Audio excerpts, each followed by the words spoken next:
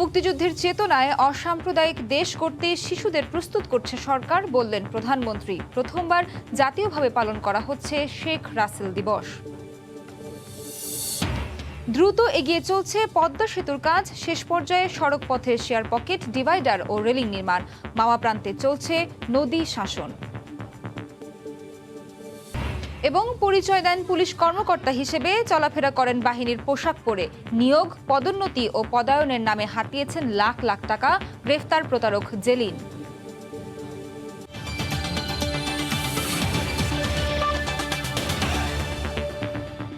দেখছিলেন শিরোনাম। জনপদের সময়ের সঙ্গে আছি আমি নাবিলা সোহার।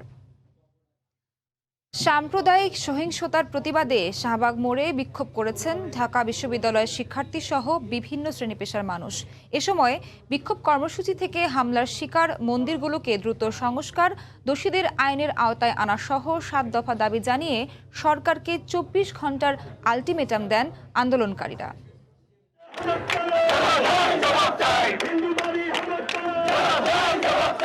রাজপথে হাজারো তরুণ, কণ্ঠে তাদের সাম্প্রদায়িকতার বিরুদ্ধে দীপ্ত স্লোগান। দুর্গাপূজার অষ্টমীতে কুমিল্লার নানুয়ারদিঘির একটি মন্দিরে ধর্ম অবমাননার অভিযোগ তুলে বিভিন্ন মন্দিরে শুরু হয় প্রতিমা ভাঙচুর হামলা, যা একে একে ছড়িয়ে পড়ে চাঁদপুর, নোয়াখালী, মাগুরা, চট্টগ্রাম, সবশেষ রংপুরে। ১৫টি জেলায় ভাঙচুর হয় ৭০টির মতো মন্দির। সনাতন ধর্মাবলম্বীদের শতাধিক বসতভিটায় লুটপাট, অগ্নিসংযোগ, হামলার ঘটনায় প্রাণহানির মতো ঘটনাও ঘটে।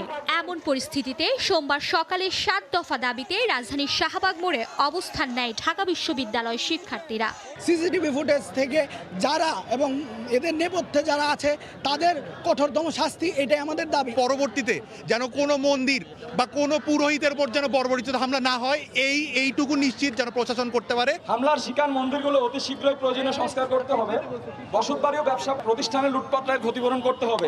হামলায় জড়িতদের গ্রেফতার, দৃষ্টান্তমূলক শাস্তি আর ক্ষতিগ্রস্তদের ক্ষতিপূরণের দাবি জানান আন্দোলনকারীরা। আমরা সরকারের কাছে দাবি জানাই যাতে এই দ্রুত এই দোষীদেরকে আগে বিচারের আওতায় আনবে, দুষ্কৃতিকারীদের চিহ্নিত করে দৃষ্টান্তমূলক শাস্তি দেওয়া হোক। এটা তো আমরা একটা বিচার চাই, আমরা যে এইভাবে করছে ফাঁসির অর্ডার চাই আমরা। স্বাধীনতার ৫০তম বছরে সাম্প্রদায়িকতার মূলোৎপাটন করতে সরকারের প্রতি আহ্বান জানানো হয়। ১৪ দফা দাবিতে স্মারকলিপি দেয়া হয় প্রধানমন্ত্রীর কার্যালয় ও স্বরাষ্ট্র মন্ত্রণালয়ে। এরপর বিশ্ববিদ্যালয় প্রদক্ষিণ করে শিক্ষার্থীদের মিছিলটি রাজু ভাস্কর্যে এসে শেষ হয়। ২৪ ঘন্টার আলটিমেটাম দিয়ে স্থগিত করা হয় কর্মসূচি। দাবি পূরণ না হলে মঙ্গলবার আবারও রাজপথে নামার ঘোষণা দেন আন্দোলনকারী শিক্ষার্থীরা। মার্জিয়া মুমু, সময় সংবাদ, ঢাকা। দেশের বিভিন্ন স্থানে সাম্প্রদায়িক হামলার প্রতিবাদে চট্টগ্রামে সমাবেশ করেছে সাংস্কৃতিক কর্মী ও সচেতন নাগরিক সমাজ। হিন্দু সম্প্রদায়ের ওপর হামলা ও নির্যাতনের তীব্র নিন্দা জানানোর পাশাপাশি অভিযুক্তদের গ্রেফতার করে দৃষ্টান্তমূলক শাস্তির দাবি জানান বিশিষ্টজনেরা। বিভিন্ন স্থানে সাম্প্রদায়িক হামলার প্রতিবাদে সোমবার বিকেলে চট্টগ্রাম নগরীর চেরাগী পাহাড় মোড় এলাকায় সচেতন নাগরিক সমাজের ব্যানারে সমাবেশ করা হয়। এতে বিভিন্ন সামাজিক, সাংস্কৃতিক ও রাজনৈতিক সংগঠনের কর্মীরা অংশ নেন। এ সময় বক্তারা পরিবার থেকেই অসাম্প্রদায়িক মনোভাব গড়ে তুলতে সবার প্রতি আহ্বান জানান। ধারাবাহিকভাবে কাজ করতে হবে যাতে সাম্প্রদায়িক অপশক্তি এদেশে মাথা তুলে দাঁড়াতে না পারে।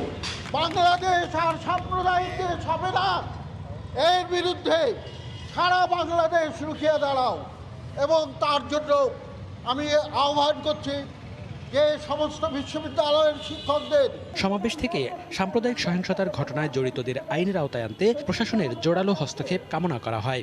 দলমত নির্বিশেষে যারা মুক্তিযুদ্ধের চেতনার কথাই বলেন আর গণতন্ত্রের কথাই বলেন, সমস্ত নাগরিক সমাজ ঐক্যবদ্ধভাবে অবস্থান নিয়ে যদি আইন শৃঙ্খলা রক্ষাকারী কর্তৃপক্ষের পাশে দাঁড়াতে না পারি, তবে মনে হয় আমাদের কথাই থেকে যাবে।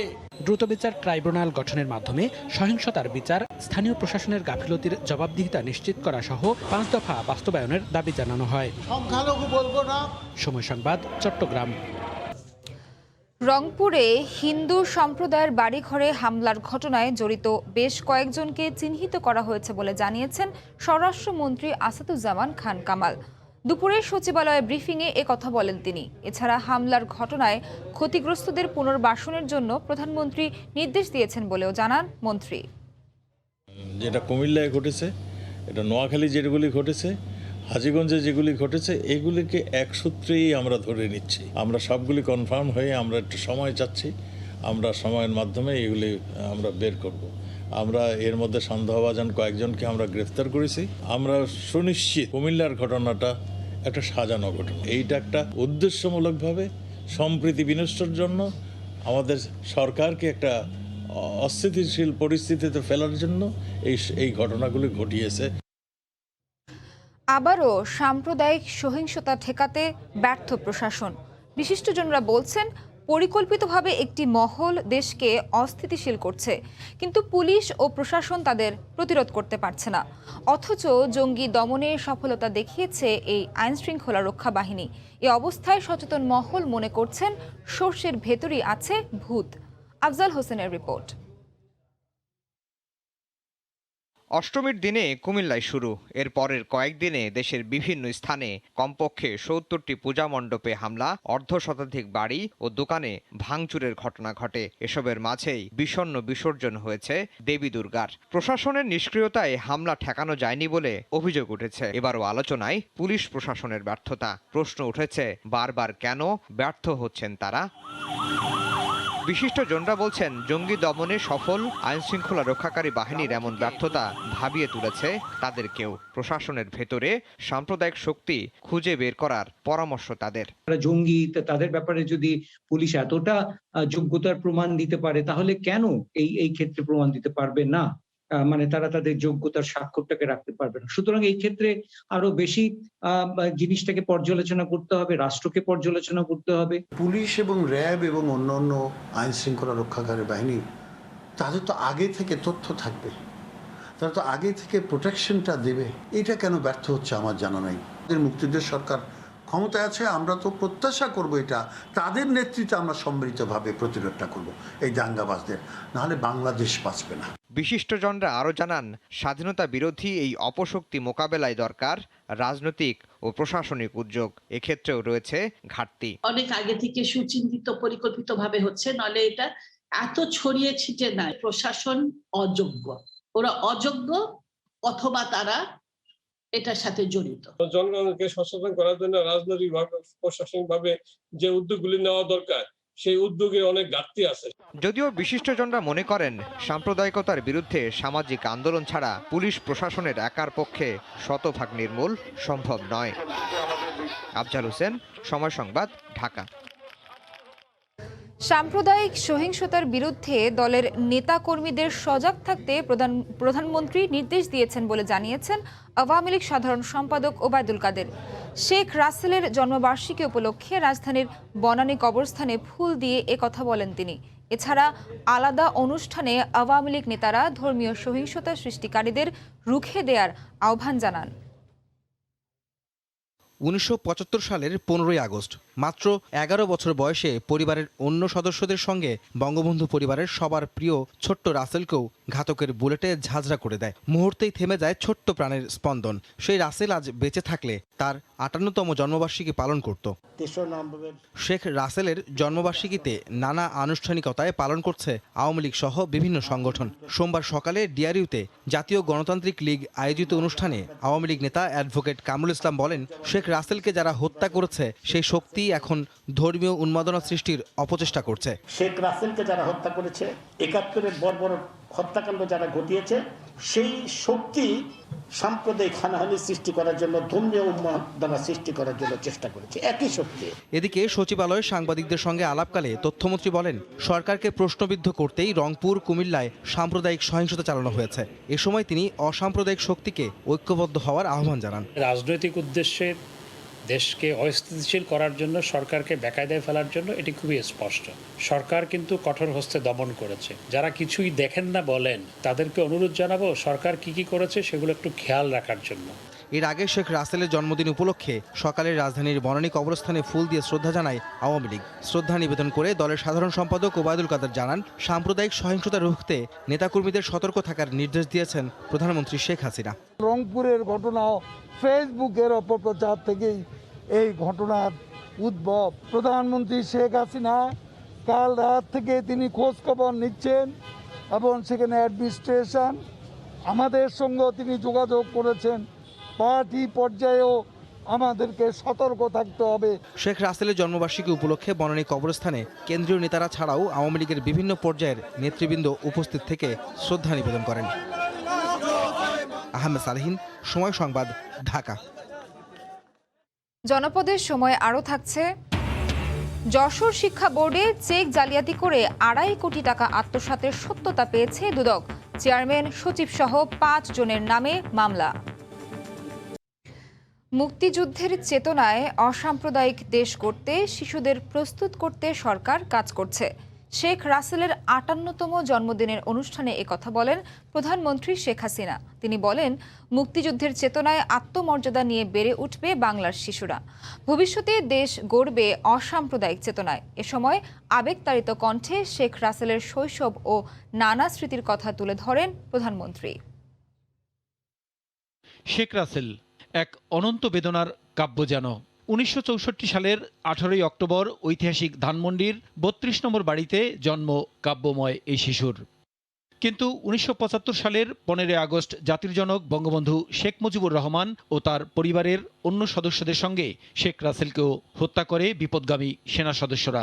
বঙ্গবন্ধুর কনিষ্ঠ পুত্র শেখ রাসেলের 58তম জন্মদিনে এবছর থেকেই জাতীয়ভাবে দিবসটি পালিত হচ্ছে শেখ রাসেল দিবস হিসেবে। জাতীয় এই দিবসটির উদ্বোধন এবং মেধাবী শিক্ষার্থীদের পুরস্কার প্রদান উপলক্ষে সোমবার সকালে অনুষ্ঠানের আয়োজন করে তথ্য ও যোগাযোগ প্রযুক্তি মন্ত্রণালয়। এতে প্রধান অতিথি হিসেবে গণভবন থেকে ভার্চুয়ালি যুক্ত হন প্রধানমন্ত্রী শেখ হাসিনা। অনুষ্ঠানে শিক্ষা, সাহিত্য এবং বিজ্ঞান ও প্রযুক্তি সহ বিভিন্ন ক্ষেত্রে অবদান রাখায় মেধাবী শিক্ষার্থীদের স্বর্ণপদক সহ নানা পুরস্কার দেওয়া হয়। অনুষ্ঠানে শেখ রাসেলের শৈশবের স্মৃতি তুলে ধরে আবেগতাড়িত কণ্ঠে প্রধানমন্ত্রী বলেন, রাসেল বেঁচে থাকলে এখন উচ্চপদস্থ সেনা অফিসার থাকতেন। রাসেলের যেদিন জন্ম হলো সেই দিন থেকেই সে আমাদের সকলের চোখের মণি। তার ভিতরে একটা আকাঙ্ক্ষা ছিল, সে বলতো আমি আর্মি হব। তার সে স্বপ্ন কিন্তু আর পূরণ হয় না, হতে পারেনি। শেখ হাসিনা বলেন, আজকের শিশুরা যেন একদিন অন্যায় অবিচার মুক্ত অসাম্প্রদায়িক বাংলাদেশ গড়ে তোলে, সেভাবেই কাজ করছে সরকার। আমাদের দেশের শিশুরা একটা আত্মবিশ্বাস, আত্মমর্যাদা বোধ নিয়ে গড়ে উঠুক। একটা অসাম্প্রদায়িক চেতনায় বাংলাদেশকে গড়তে চাই। আগামী দিনে বাংলাদেশ যেন সুন্দরভাবে গড়ে ওঠে মুক্তিযুদ্ধের চেতনা নিয়ে। পরে শেখ রাসেলকে উৎসর্গ করে পরিবেশিত মনোজ্ঞ সাংস্কৃতিক অনুষ্ঠান উপভোগ করেন প্রধানমন্ত্রী। প্রসূন আশিস, সময় সংবাদ, ঢাকা। কোটি কোটি মানুষের স্বপ্নের পদ্মা সেতু এখন বাস্তবের দ্বারপ্রান্তে। শেষ পর্যায়ে সড়কপথের শেয়ার পকেট, ডিভাইডার ও রেলিং নির্মাণ কাজ। মাওয়া প্রান্তে শুরু হয়েছে নদী শাসনও। বিস্তারিত জানাচ্ছেন নাসির উদ্দিন উজ্জ্বল, ক্যামেরায় ছিলেন আবু সাইদ। পদ্মা সেতু এখন বাঙালির এগিয়ে যাওয়ার স্মারক। পুরো সেতু জুড়ে চলছে চূড়ান্ত পর্যায়ের কর্মযজ্ঞ।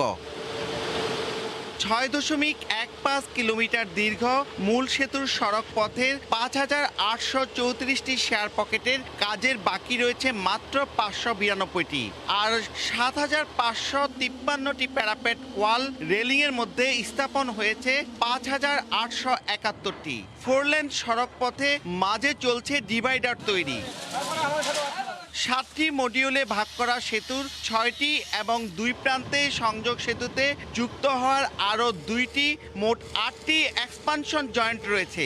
এর মধ্যে 19 নম্বর খুঁটি পয়েন্টে জয়েন্টের কাজ চলছে পুরোদমে, আর নিচতলায় রেল লাইনের এক পাশে গ্যাস লাইন এবং আরেক পাশে চলছে সার্ভিস লাইন তৈরি।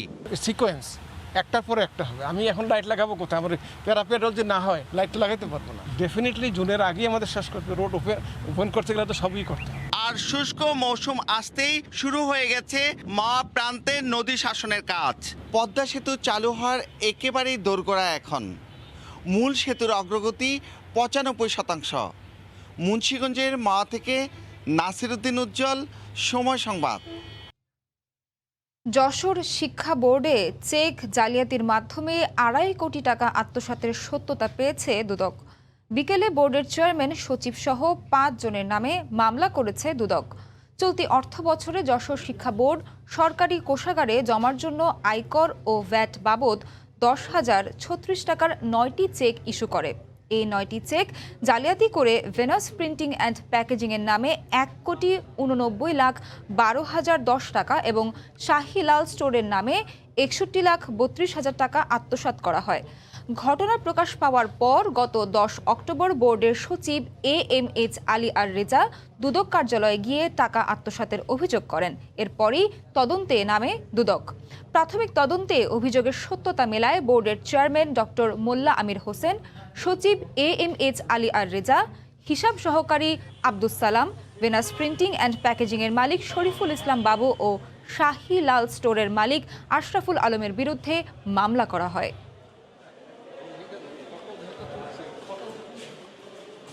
পরিচয় দেন পুলিশ কর্মকর্তা হিসেবে, চলাফেরা করেন বাহিনীর পোশাক পরে, প্রতিশ্রুতি দেন অধস্তন কর্মকর্তাদের নিয়োগ, পদোন্নতি ও পদায়নের, অথচ সবই ভুয়া। দীর্ঘদিন ধরে এই ছদ্ম পরিচয়ে বহুজনের কাছ থেকে হাতিয়ে নিয়েছেন লাখ লাখ টাকা। গোয়েন্দা জালে আটকের পর বেরিয়ে এসেছে প্রতারক জিল্লুর রহমান জেলিনের আসল চেহারা। বুবুল রেজার রিপোর্ট। জিল্লুর রহমান জেলিন এসএসসি পর্যন্ত তার পড়ালেখার দৌড়, কিন্তু সবাইকে বলে বেড়ান তিনি ঢাকা বিশ্ববিদ্যালয় থেকে BBA MBA সম্পন্ন করেছেন। মিথ্যার বেশাতি সাজিয়ে নকল ভাবমূর্তি তৈরি করা জেলিন নিজেকে পরিচয় দেন BCS পুলিশ ক্যাডারের 28 ব্যাচের কর্মকর্তা হিসেবে। অ্যাডিশনাল এসপির র্যাঙ্ক লাগানো পোশাকে চলাফেরা তার। 2017 সালে প্রচার করেন পুলিশ সুপার পদে পদোন্নতি পাওয়ার খবর, অথচ 28 ব্যাচের কেউ এখনও এসপি হননি। কাউকে চাকরি দেওয়ার কথা বলে কারো পদোন্নতি কিংবা অন্য যে কোনো সমস্যা সমাধানের আশ্বাস দিয়ে অনেকের কাছ থেকে লাখ লাখ টাকা হাতিয়ে নিয়েছেন তিনি। জেরিনকে কয়েক ধাপে আমি 10,65,000 টাকা দেই। ওর ওয়াইফের ব্যাংক অ্যাকাউন্টে টাকা প্লেস করি, বিকাশেও করি, আর একটা অ্যাকাউন্ট নম্বরে আমি 50,000 টাকা দিয়ে দিই। পরবর্তীতে যখন আমি টাকা না পাই, বিভিন্ন জায়গায় খোঁজখবর নিয়ে জানি যে আসলে তার কোনো ডেস্ক নেই এবং অফিসও নেই। আরও তদন্ত করার পরে দেখতে পাই যে আসলে সে আমার সন্দেহ জাগার পরে আমি তার এলাকায় খোঁজখবর নিয়ে জানি যে সে আসলে পুলিশের কেউ না। পুলিশ বলছে প্রতারণা করে অর্থ আত্মসাৎ করতেই পুলিশ কর্মকর্তা পরিচয় দিতেন তিনি। সে পুলিশে ভর্তি না হয়ে পুলিশের পোশাক ক্রয় করা, বেস ক্রয় করা, তারপরে সে সারদার যে ম্যানুয়াল কীভাবে ট্রেনিং করে সে ম্যানুয়াল সংগ্রহ করা, তারপরে পুলিশের সার্ভিসটাই সংগ্রহ করা, এই কাজগুলি সে নিশ্চয়ই পুলিশের কোনো না কোনো বা পুলিশের এগুলি চীনে এরকম কারোর সাথে তার যোগাযোগ ছিল, যাদের মাধ্যমে সে এই পেশায় যে প্রতারণা ভণ্ডামি পেশায় এসেছেন, এটা আসলে কেউ না কেউ তাকে হেল্প করেছে। প্রতারণা ছাড়া সে অন্য কোনো অপরাধে জড়িত ছিল কিনা তা খতিয়ে দেখছে গোয়েন্দারা। বুলবুল রেজা, সময় সংবাদ, ঢাকা। রাজধানীতে গণপরিবহনে শৃঙ্খলা ফেরাতে 386টি রুট ভেঙে করা হচ্ছে 42টি। বাস রুট রেশনালাইজেশনের এ রূপরেখা তৈরি করেছে ঢাকা পরিবহন সমন্বয় কর্তৃপক্ষ DTCA। পরিকল্পনা অনুযায়ী 9 রঙের বাস চালাবে 22টি বেসরকারি কোম্পানি। 7,335টি বাস দিয়ে ঢাকার বিদ্যমান গণপরিবহন নেটওয়ার্ক পুনর্গঠন করা হবে। ডিসেম্বরে পরীক্ষামূলক চলাচলে তৈরি হয়েছে সবুজ রঙের বাসের নকশার খসড়া। রাজধানীর বিশৃঙ্খল গণপরিবহনকে বাগে আনতে বাস রুট রেশনালাইজেশন প্রক্রিয়া হাতে নেয়ার 3 বছর পর এবার পূর্ণাঙ্গ রূপরেখা দিল ঢাকা পরিবহন সমন্বয় কর্তৃপক্ষ DTCA। বর্তমানে রাজধানীর 386টি রুটে চলাচল করা বাসের সংখ্যা 9,027টি। এর বিপরীতে কোম্পানি ভিত্তিক বাসের সংখ্যা হবে 7,335টি, রুট হবে 42টি। রূপরেখা অনুযায়ী পিঙ্ক 1, 2, 3 নামে 3টি কোম্পানি আব্দুল্লাপুর ঝিলমিলের 4টি রুটে চলাচল করবে। মেরুন রঙের 2টি কোম্পানি হেমায়েতপুর থেকে সদরঘাট রুটে বাস পরিচালনা করবে। আর অরেঞ্জ 1, 2, 3 নামে 3টি কোম্পানি চলাচল করবে মিরপুর নারায়ণগঞ্জ রুটে। সবুজ হবে 4টি কোম্পানি, চলবে ঘাটারচর আব্দুল্লাপুর 8টি রুটে। বেগুনি রঙের 3টি কোম্পানির মাধ্যমে চলবে কাঁচপুর আব্দুল্লাপুর 6টি রুটে। নর্থ নামে থাকবে 2টি কোম্পানি, চলবে কালিয়াকৈর আব্দুল্লাপুরে। অন্যদিকে নর্থ ওয়েস্ট পরিচালনা করবে চন্দ্রা হেমায়েতপুরের 3টি রুট। সাউথ নামে আরও একটি কোম্পানি চলবে মুন্সিগঞ্জ থেকে ঝিলমিলের 2টি রুটে। 9টা ক্লাস্টারের মধ্যে 3টা হবে সাবারবান, মানে ঢাকা শহরের আউটস্কার্ট, যেটাকে বাংলা শহরতলি। 6টা হচ্ছে ঢাকা শহর। এই 6টার 6 রং। 1 ডিসেম্বর কেরানীগঞ্জ, ঘাটারচর, কাঁচপুরে পরীক্ষামূলকভাবে চালু হবে বাস রুট রেশনালাইজেশন। এই পাইলট প্রজেক্টটা করতে যেও কিন্তু আমাদের অনেক সমস্যার সম্মুখীন হতে হচ্ছে, কারণ এখানে অনেকগুলা অন্য রুটের বাসও চলে। এখন গাড়িগুলো রং করতে হবে, সেই রঙের জন্য ডিজাইন অলরেডি নিয়ে মিটিং হয়েছে। এই প্রকল্পে যুক্ত হতে পারবে না 2019 সালের আগে কেনা কোনো বাস। তৈরি হবে বাস বে, যাত্রী ছাউনি। প্রাথমিক পর্যায়ে শতাধিক বাস রুট আর সহস্রাধিক বাস মালিকের মধ্যে একটা সমন্বয় করাই বাস রুট রেশনালাইজেশনের অন্যতম চ্যালেঞ্জ হিসাবে দেখা দিয়েছিল। সেই পাঠ চুকিয়ে এবার চলছে পরীক্ষামূলক চলাচলের প্রস্তুতি। আর সেক্ষেত্রে অপরিকল্পিত এই নগরের সড়কের অবকাঠামোই এই মুহূর্তে তাদের জন্য বড় চ্যালেঞ্জ মানছেন কর্তৃপক্ষ। রাশেদ লিমন, সময় সংবাদ, ঢাকা। আর কোনো শিশু যেন শেখ রাসেলের মতো হত্যাকাণ্ডের শিকার না হয়, এমন প্রত্যাশা করে জাতীয় সংসদের স্পিকার বলেছেন আওয়ামী লীগ সরকার শিশুদের অধিকার রক্ষায় সচেতন। সোমবার শেখ রাসেল দিবস উপলক্ষে জাতীয় সংসদ সচিবালয়ে আয়োজিত ভার্চুয়াল আলোচনায় একথা বলেন স্পিকার ডক্টর শিরিন শারমিন চৌধুরী। তিনি বলেন, সরকার শিশুদের সব মৌলিক অধিকার রক্ষায় অত্যন্ত সচেতনভাবে কাজ করে যাচ্ছে। শিশুদের মানবিক পরিবেশ নিশ্চিত করতে পারলেই শেখ রাসেলের প্রতি ভালোবাসা জানানো হবে। সংসদে কর্মরত ঊর্ধ্বতন কর্মকর্তারা এ সময় উপস্থিত ছিলেন।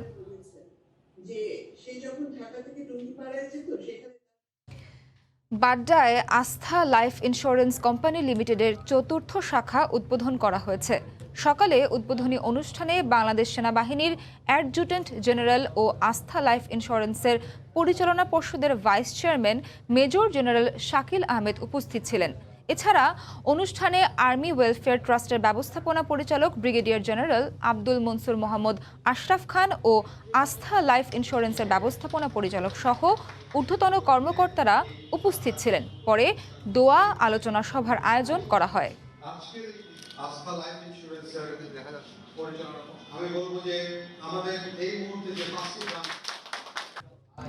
স্কটল্যান্ডের বিপক্ষে লজ্জাজনক হারের পেছনে ছিল পরিকল্পনাহীন ক্রিকেট, দল নির্বাচন ও ছিল ভুলে ভরা, সঙ্গে ব্যাটিং ব্যর্থতা তো আছেই, বলছেন বিসিবি সভাপতি নাজমুল হাসান পাপন।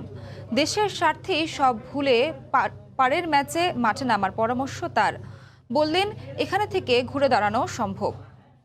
ভালো কিছু বলার মতো কিছু নাই, মানে একটা তো কোনো একটা দিকে ভালো থাকে, হারার মধ্যেও একটা কিছু থাকে, কিছু প্রাপ্তি থাকে। এখানে আসলে পুরোটাই আমাদের জন্য লস। পুরো ব্যাপারটাই একেবারেই অপ্রত্যাশিত, মানে কখনো চিন্তাও করা যায়নি যে স্কটল্যান্ডের সাথে এই ম্যাচটা হারতে পারি।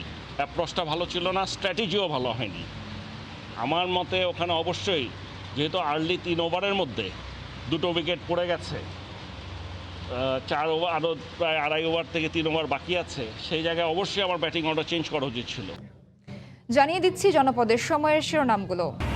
মুক্তিযুদ্ধের চেতনায় অসাম্প্রদায়িক দেশ করতে শিশুদের প্রস্তুত করছে সরকার, বললেন প্রধানমন্ত্রী। প্রথমবার জাতীয়ভাবে পালন করা হচ্ছে শেখ রাসেল দিবস। এবং দ্রুত এগিয়ে চলছে পদ্মা সেতুর কাজ। শেষ পর্যায়ে সড়ক পথে শেয়ার পকেট, ডিভাইডার ও রেলিং নির্মাণ। মাওয়া প্রান্তে চলছে নদী শাসন। এ ছিল জনপদের সময়ে, সঙ্গে থাকুন সময়ে।